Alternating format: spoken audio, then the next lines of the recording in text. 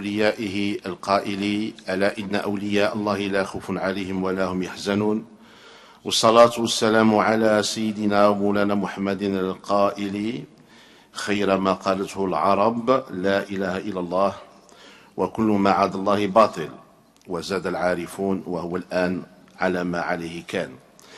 لقد جاء وقتي وصار عدوي يحبني وأحبه وأدخل في كل بيت ودخلت على أهل بجاية يسلمون علي وأسلم عليهم.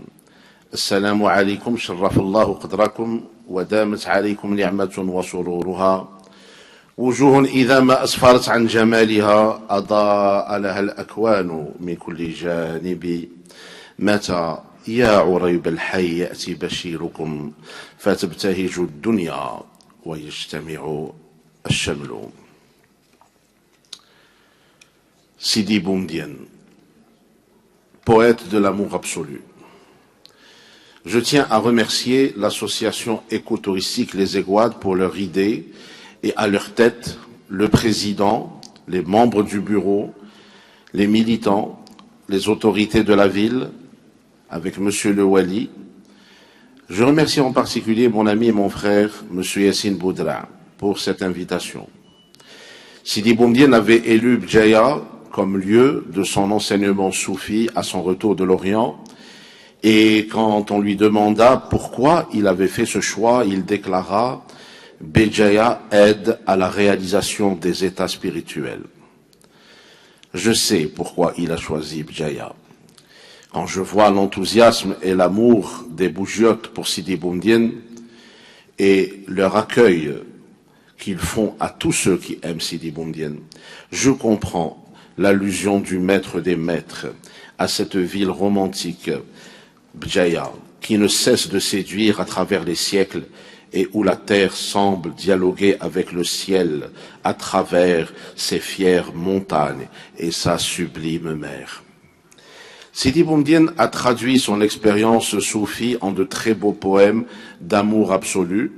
La vie de Sidi Boumedienne a été un voyage, une quête du sens. Et son intuition fut qu'elle devait nécessairement passer par celle de l'altérité absolue. D'où l'ouverture de Bjaya à l'autre, à l'altérité. D'où le rôle de Bjaya dans l'histoire de l'humanité pour avoir initié le dialogue interreligieux.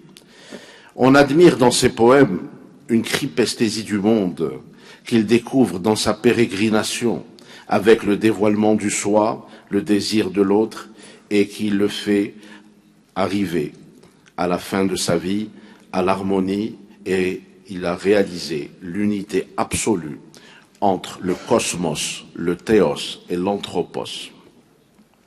Il a réalisé à Bjaya, puis à Tlemcen, il a réalisé le signe absolu, c'est-à-dire le sacré. En introduction, je voudrais faire une mission impossible, c'est-à-dire définir le soufisme. Qu'est-ce que c'est que le soufisme? C'est une mission impossible parce que comment définir l'infini? Comment le corps peut-il contenir l'esprit? Justement, cette question, cette impossibilité, c'est l'essence même du mystère de la vie. Épistémologiquement, la civilisation islamique se basera sur 3 types de connaissances: les sciences traditionnelles, les sciences rationnelles et les sciences de la gnose, qui nous réunissent aujourd'hui. Le soufisme, cœur de l'islam, qui donne le sens de la voix. On pourrait en parler comme d'une énergie qui diffuse dans la société, et elle diffuse à partir d'un noyau qui est constitué du verbe, ce verbe que le maître va transmettre à ses disciples, puis qu'il va diffuser à travers la société par le biais de la philosophie ou de la gnose, qui est Wahdat al-Wujud, ou l'unité de l'existence.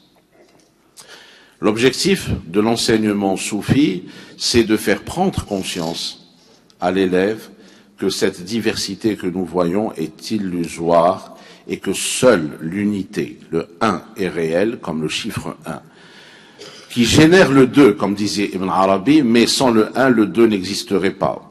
Et que finalement, tous les chiffres se résument à un seul, c'est-à-dire le chiffre d'or, le 1.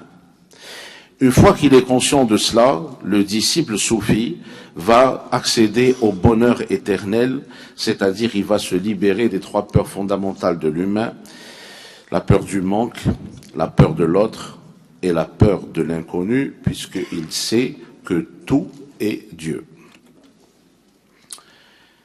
Sidi Boumedienne, j'en parle comme un voyageur, comme un poète.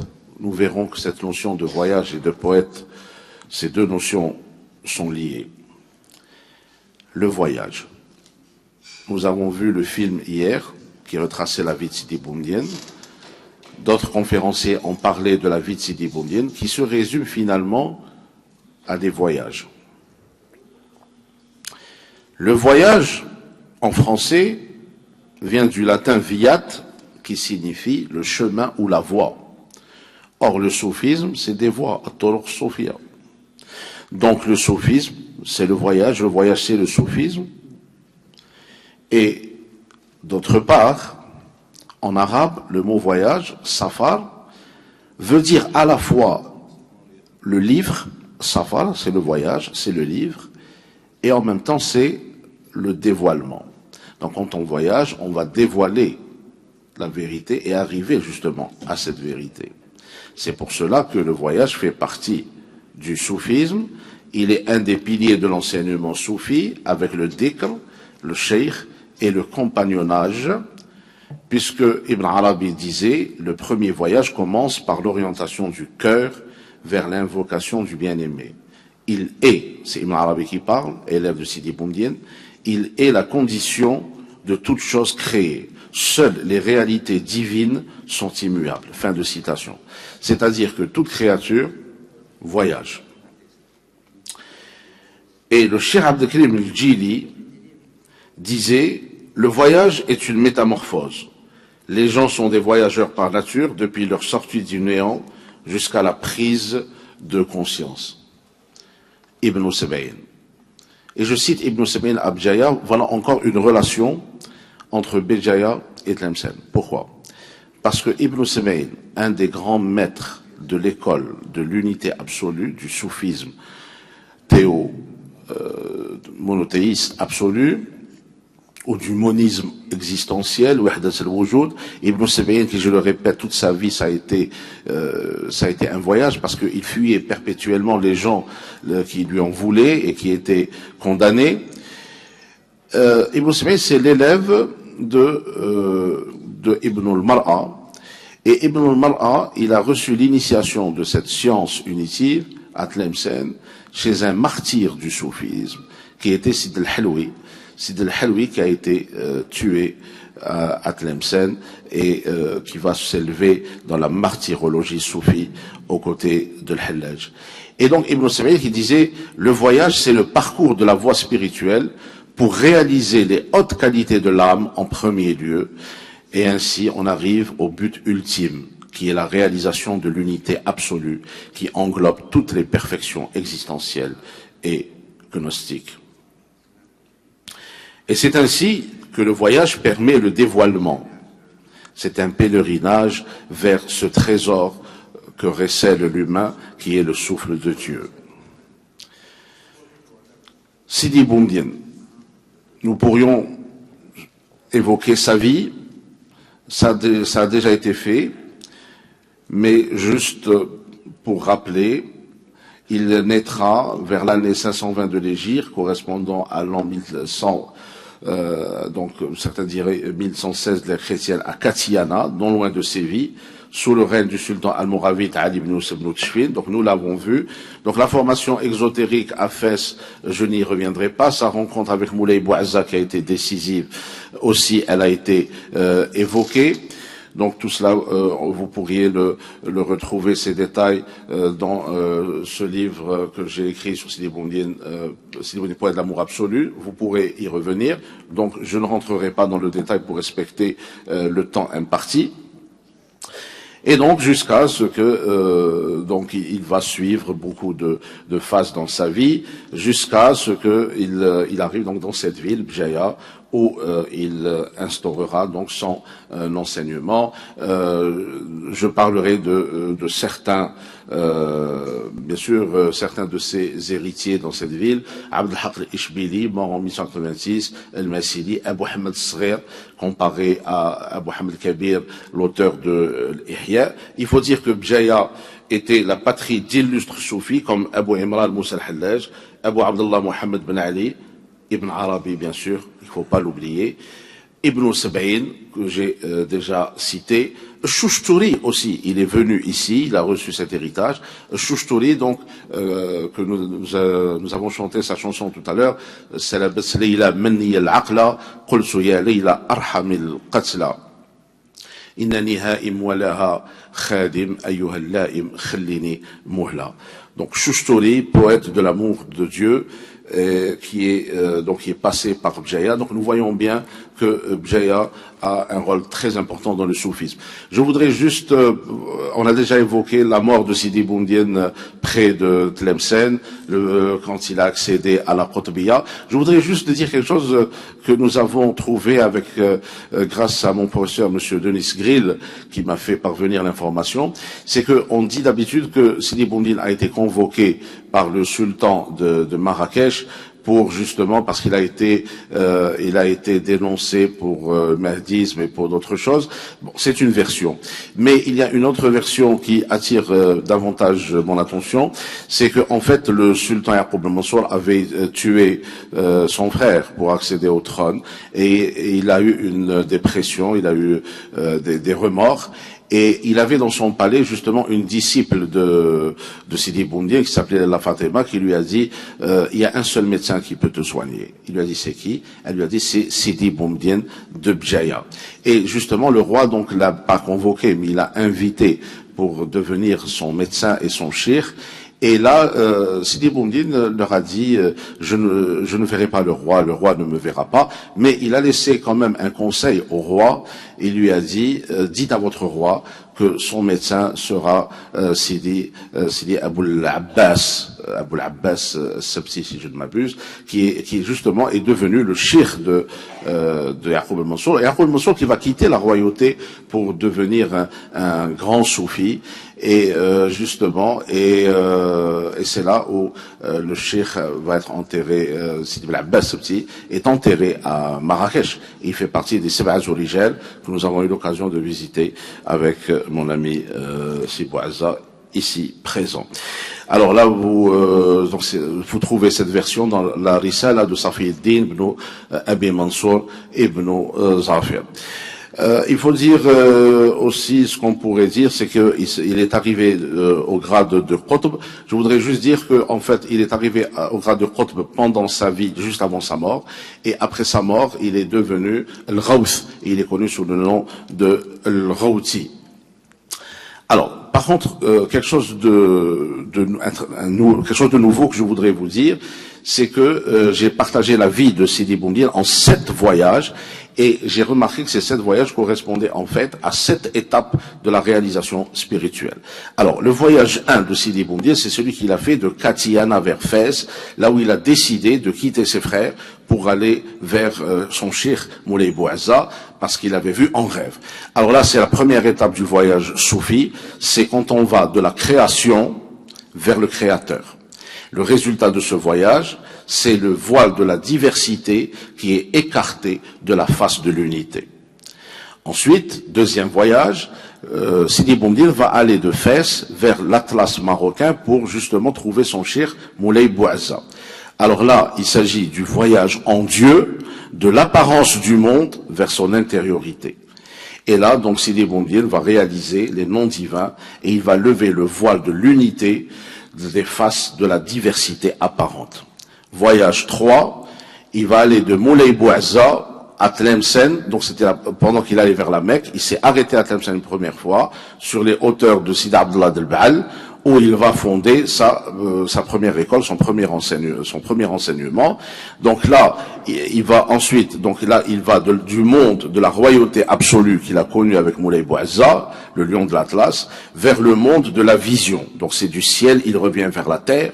Et là, donc, dans cette troisième phase, quand il va aller à la Mecque, Il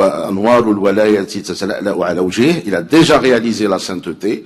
Et ces marques, c'est quoi? C'est la libération de l'opposition des contraires, c'est-à-dire le saint peut allier en lui deux choses opposées, c'est Jam' bin al-Azdad ou l'harmonie des contraires. Ensuite, donc, il arrive à la Mecque, donc c'est le 4e voyage, et là donc il va du monde des créatures vers une vision, il va aller vers les créatures, c'est-à-dire les pèlerins, avec une vision globale, parce que le Hajj aussi, c'est la foule. Et là donc, la vision globale, c'est-à-dire que l'essence de l'unité, elle est dans la création multiple, et l'image de la diversité devient l'essence de l'unité. Ensuite, il va continuer son 5e voyage, donc de la Mecque vers Bjaya, et là donc il est arrivé à un grand degré encore plus fort de sainteté, avec Sidi Abd al-Qadir al-Jilani qui lui donne le froc soufi, et là donc, dans la Qadiriya, il va voyager de Dieu, par Dieu et vers Dieu. Et là, il est arrivé à ce qu'on appelle le fana, c'est-à-dire l'extinction de l'individu, de l'ego, dans une totalité cosmique, et il sera dans le baqa. Donc là, c'est un homme qui est arrivé au plus haut degré de la réalisation divine, qui va donc s'installer à Bjaya. Mais là, à Bjaya, il va refaire, pour justement enseigner aux créatures, il va refaire le chemin inverse, c'est-à-dire de la liberté absolue qu'il a acquise, il va revenir par humilité à la servitude acquise, pour justement réaliser le dessein de Dieu, le programme de Dieu, comme disait mon maître Aboura, pour justement devenir le Qutb. 7e voyage, c'est celui qu'il va faire quand il s'arrête à Tlemcen pour aller vers le bête, c'est le voyage sans retour, perpétuel, circulaire, de Dieu vers Dieu, et c'est là où Sidi Boumedienne devient le Rawth, c'est-à-dire le sauveur intemporel, El-Mounji, ce qui restera dans l'inconscient collectif des musulmans en général et des Algériens en particulier. Et j'ai entendu l'appel hier de cet homme qui, dans sa naïveté, disait quand est-ce que Sidi Boumedienne ressuscitera et nous sauvera de nouveau. Sidi Boumedienne était aussi, et pour moi je dirais, pour moi c'est surtout un poète dans le sens fort du terme, parce que le soufisme c'est une éthique et une esthétique. Inna Allah jamil yuhibbul jamal. Or la poésie est un des lieux du courant de la conscience universelle, et c'est ainsi que Sidi Boumedienne va métaphoriser ses voyages. Et la présence de Madame Bati Safa de Tunisie me rappelle un ami qui m'est très cher, Allah yarhamou, que nous avons perdu, une étoile du soufisme, j'avais eu l'occasion de croiser, Abdelwahab Meddeb, qui à la fin de sa vie s'est beaucoup penché sur les questions du soufisme, et qui me disait lors d'une rencontre à Fès, il me disait, tu sais, Hikmet, Sidi Boumedienne c'était un grand maître du Zajal et du Muwashah, ces deux formes poétiques inventées en Andalous. Il me disait, il est un des maîtres de la métaphore bachique, et il me disait, tu sais, Sidi Boumedienne n'occulte pas la question de l'être et de son énigme, d'où sa modernité. Et encore, disait-il, Sidi Boumedienne est une voix libre qui s'arroge le droit d'être une voix libre et qui n'occulte pas l'énigme de l'être. Et il me citait, Meddeb, un poème, il me disait, mon mystère a fait allusion à toi, je suis mort à moi-même et tu es resté, j'ai effacé mon nom, mes formes et mon cœur, on m'a demandé après moi, j'ai hurlé toi. Et il me dit, tu sais, Sidi Boumedienne a remplacé le hurlement des derviches par la possibilité de traduire cette expérience dans un langage articulé.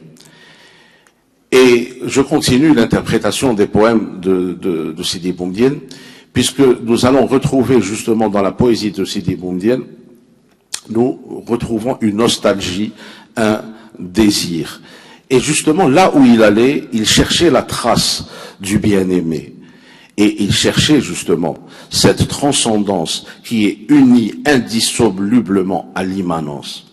Et quand on lit justement les poèmes de Sidi Boumedienne, on se rend compte finalement, et le film de M. Blarlos a très bien traduit cela, c'est qu'on remarque que pour Sidi Boumedienne, dans le regard de Sidi Boumedienne que j'ai contemplé chez mon ami, M. Jamil, justement, c'est qu'on voit que pour lui, le monde tout entier où il voyageait devenait une métaphore de l'aimer, et c'est de cette métaphore universelle que sa poésie s'est voulu le miroir, et elle-même, elle va devenir donc la métaphore de la métaphore.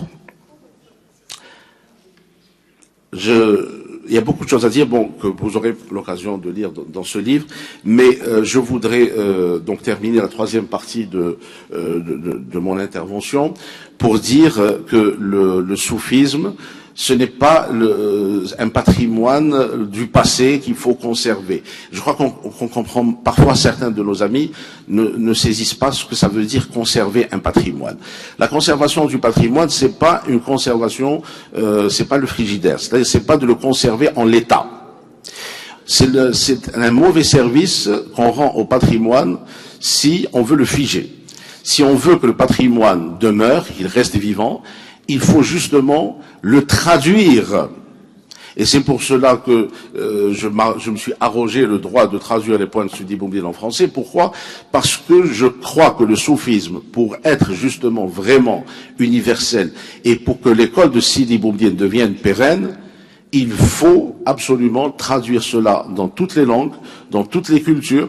C'est vrai, un seul discours, le discours soufi, mais plusieurs langages, plusieurs langues seront bien sûr nécessaires. Et là, je trouve déjà un signe très fort qu'une association écotouristique s'occupe de Sidi Boumedienne. Là, on est justement dans une demande, dans une tentative justement d'actualiser le soufisme. Alors là, je m'excuse, je vais reciter mon ami et mon frère, donc Madame Bati m'inspire, donc Monsieur Medeb, qui justement nous disait au festival de Fès, pour dire le soufisme, c'est pour dire un islam libre, ouvert à l'altérité, allant vers l'aventure de la création dans l'audace, la singularité et donnant réponse aux problèmes que nous vivons, de l'écologie à la conscience citoyenne, antidote contre toute forme de fanatisme. Fin de citation. Alors, chacun peut apporter sa pierre, sa contribution pour justement réactualiser ce patrimoine. Alors, nous, avec nos amis de Tlemcen, on a créé justement un club, c'est le club de culture soufie. Alors, ce n'est pas un club de soufisme, c'est un club de culture soufie qui est ouvert à tout le monde, aussi bien aux soufis qu'aux non-soufis, et dont les activités s'organisent autour de voyages dans le monde. Alors, ce sont des voyages sur les traces de Sidi Boumedienne, donc aussi bien la pérégrination que nous avons accomplie, c'est-à-dire sur les lieux où Sidi Boumedienne il est né, où il a enseigné et où il a étudié, où il est mort, donc à savoir donc bien sûr Bjaya où il a enseigné, Tlemcen où il est décédé, Katiana à Séville en Andalousie où il est né, et bien sûr Fès où il a enseigné. Alors nous sommes donc notre club qui se charge bien sûr de cela. Il voudrait donc justement organiser avec nos amis de Bjaya un voyage en Andalousie parce que je le dis, je vous informe que le hasard, mais il n'y a pas de hasard, c'est que ce colloque a été organisé par nos amis de Bougie coïncide avec l'année du 9e centenaire de la naissance de Sidi Boumedienne. Donc une très grande rencontre aura lieu le 15 novembre 2016 à Katiana pour non seulement bien sûr parler de Sidi Boumedienne, mais pour inaugurer la médersa de Sidi Boumedienne, la Zawiya de Sidi Boumedienne, sur le lieu même où il est né, et cela bien sûr en collaboration avec les autorités espagnoles et avec la bénédiction de l'Église d'Espagne. Et mon ami proche Abouala Abdelmaji qui est là, c'est lui qui va se charger bien sûr de la direction de cette opération, et nous sollicitons bien sûr la collaboration de nos amis. Je voudrais vous dire aussi que il y a des feuilles qui vont circuler pour ceux qui voudraient s'inscrire au club de culture soufie, donc soyez les bienvenus. Et dans notre club, vous serez informés de nos activités auxquelles, bien sûr, vous participerez avec nous si, bien sûr, vous le désirez. Alors aussi, je vous donne une autre information, donc toujours dans le cadre de cette réactualisation. Donc, je parle pour les citoyens de Béjaïa. Je suis avec vous le samedi 14 de ce mois-ci, à la librairie Gouraya à 14h, je ferai donc la présentation dédicace de mon livre sur Sidi Boumedienne qui s'appelle Diwan de Sidi Boumedienne, poète de l'amour absolu. Donc c'est la première traduction en langue totale, en langue française de Sidi Boumedienne. Permettez-moi d'abuser, Monsieur le Président, un peu de votre indulgence pour conclure juste par une lecture que je veux offrir à nos amis, la lecture de poèmes de Sidi Boumedienne.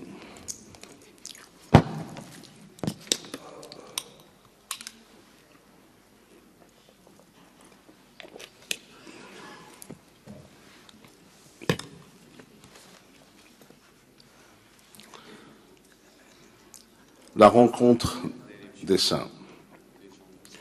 J'aime la rencontre des amis en toute heure, car elle comporte des bénéfices.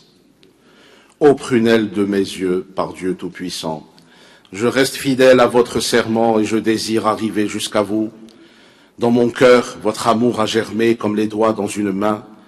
L'amour d'un autre que vous m'est illicite, comme le furent les nourrices pour Moïse. Le voyage ou l'errance de la passion. J'ai erré humblement à travers les contrées dès que tu as capturé mon âme. Je me retourne chaque soir dans ma couche, en proie à la douleur de ta passion. Si j'avais deux cœurs, je vivrais avec l'un et je laisserais le second tourmenté par ton amour. Mais hélas, j'ai un seul cœur que la passion a possédé. Alors ni la vie paisible ne m'est possible, ni la mort ne se rapproche. Comme un rossignol dans la main d'un enfant qui l'étreint et qui goûte aux affres de la mort alors que l'enfant joue, ni l'enfant n'a de raison qui le rende capable de compassion, et ni l'oiseau n'a de plumes qui lui permettent de s'envoler et de partir. J'ai été surnommé le fou tellement j'étais amoureux de ta passion, et je suis devenu l'exemple que l'on cite dans le quartier. Vous les amants, je vous conjure, mourrez d'amour, comme Qaïs est mort sous le supplice de l'abandon. Le sens de la vie. Le monde nous enserre quand vous vous éloignez de nous, et nos esprits torturés par les désirs ardents s'envolent, nous laissant sans raison. Votre éloignement est une mort, votre proximité une vie. Et si vous vous éloignez de nous, ne serait-ce qu'un instant, nous mourrions. Nous mourrions de désespoir et de mélancolie. Mais en réalité, vos sens sont un seul sens. Ah, dis à celui qui interdit l'extase aux gens de l'extase. Si tu n'as pas goûté au sens du breuvage de la passion, laisse-nous. Si les esprits s'ébranlent par le désir de la rencontre, les corps se mettent à danser, sache-le, toi qui ignores le sens. Chevalier, ne vois-tu pas, chevalier, l'oiseau encagé, quand il se souvient de sa patrie, la nostalgie du sens le saisit.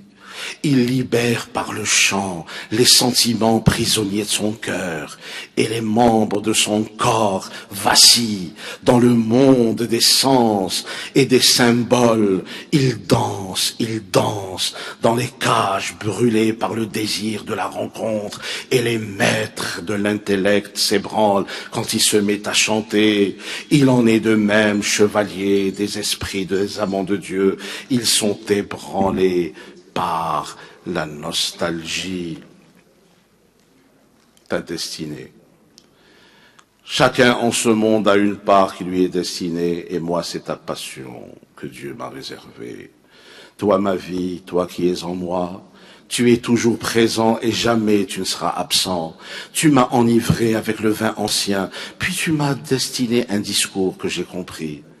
Ensuite, j'ai vu ta face resplendissante quand tu as levé le voile, et ensuite tu m'as fait observateur de mon essence, alors que c'est toi qui l'es. Rentre dans la taverne et contemple le sens, et sache que tu es l'objet de tous mes désirs. Je vous remercie.